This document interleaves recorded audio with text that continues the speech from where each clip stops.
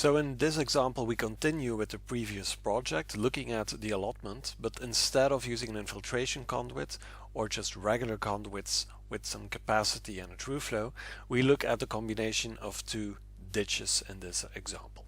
So we still have our road, we have 10 houses which are connected to the sewer system of the road, but instead of using a sewer system we're applying two different ditches, as you can see here. So this is the cross section of such a ditch. So at the base it's 1.2 meters wide, at the top 1.7 meters wide, and the ditches only have a height of half a meter. There is no direct connection between the two ditches, as you can see here. And here you can see the representation of the system in Sirio. So there are two different elements, but there is an overflow from the upstream ditch to the downstream one. Half of the area of the roads is connected to each ditch, and also 5 houses, so 5 parcels, are connected to each element. We still have the groundwater level, just the same as in the previous exercise. So now let's look at Sirio, how we can model this. So I still have the same project loaded, and now I'm going to add 2 different elements representing the 2 ditches. So first of all, I create a new element. Let's call this ditch number 2. So this is the upstream part. So half of the street area is going to each of the ditches. So that's 600 square meters. We fill in the capacity later, and we have 5 parcels going to this element. We'll connect the overflow later on, so now we cannot select the downstream ditch yet, as we did not define it, so we'll do that later on. There is no through flow, no connection from one ditch to another, and then we can define the dimensions of the reservoir as well. And for this we'll use option 3, the variable cross section. So here we can define for different levels the width of each ditch. But first let's define the length. That's 50 meters, and the bottom of the upstream ditch is located at 13.5 meters above datum, and it has a width at the bottom of 1.2 meters. The top is located at 40 meters above datum, and the width is at that location 1.7 meters. So here you can see a visualization of the cross section that we use, and here you can also see the level storage relationship. Then we'll also use infiltration and drainage. So we'll use infiltration through the sides, not the bottom, because we assume that the bottom will be saturated in the longer term due to sedimentation, and then there is no infiltration possible anymore. So we'll only use infiltration through the sides using option 1. The infiltration capacity and safety factors are still filled in correctly, and here you can also see the groundwater level which is being used in the simulations. So now let's go to the capacity. So we know that the overflow level is at 14 meters above datum for the upstream ditch, and then we can change the overflow level here at this location. We can update the capacity accordingly.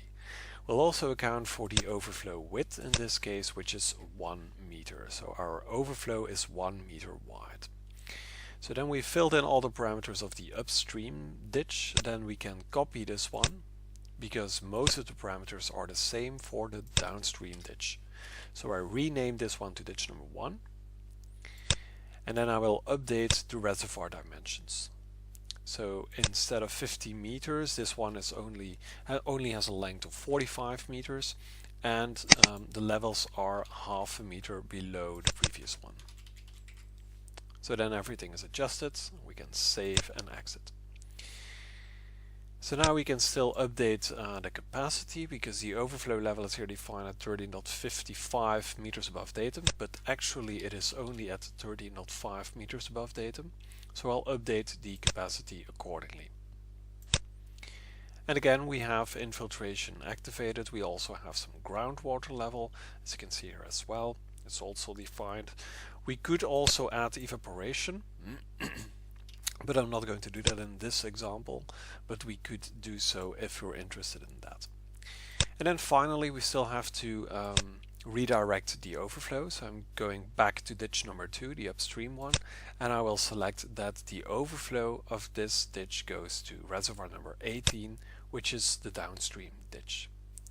I will remove the previous reservoirs. then I will not simulate those again. Then it's a bit easier to interpret the results and also a bit faster to simulate, of course. And then finally I can simulate the model. Then we can look at the results over here, and then immediately we can see here that there is a lot of infiltration again, just as in one of the previous exercises for this allotment. And we also have quite some reuse, and the overflow is again very, very limited.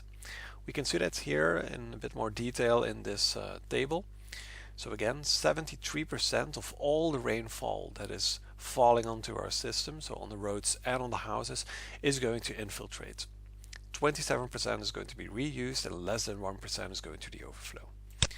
You can see here the results again for the rainwater tank, the infiltration basin. Those are of course exactly the same as in the previous designs because I did not change them.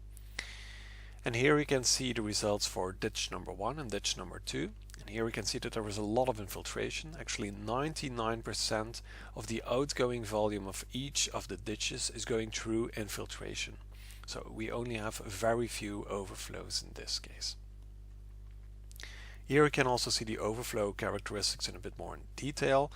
So we have an overflow volume of about 120 cubic meters once every 100 years going to more downstream system.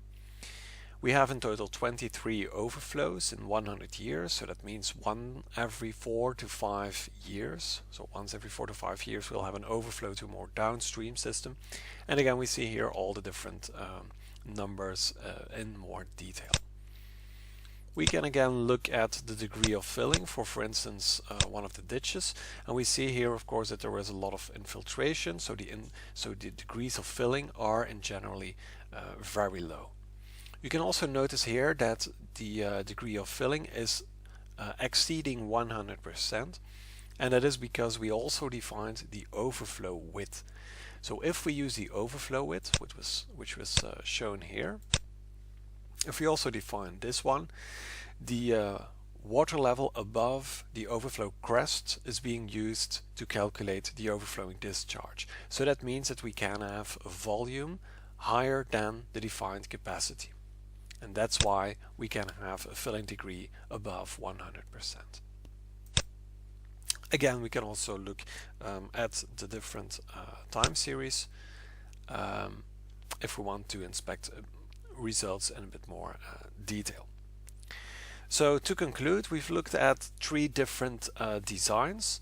The first one we looked at an infiltration conduit, which was very effective. We had a lot of infiltration in that system, a lot of reuse, basically more or less the same figures as we can see here in this case, but it proved to be very ineffective when there was groundwater available. Too much volume would drain. And then in the second example, we've used conduits with a through flow and no infiltration. But then we saw that all the rainfall had to pass through the through flow, of course. There was very much through flow, the storage was not used effectively, and there was no infiltration at all, of course, because that was impeded. So that was not a very effective design. And then finally, in this example, we looked at ditches that are not deep at all, only half a meter, which are in fact laying above the groundwater level. And we clearly saw here that there was again a lot of infiltration, very few overflows. So this is, in this case, the best design.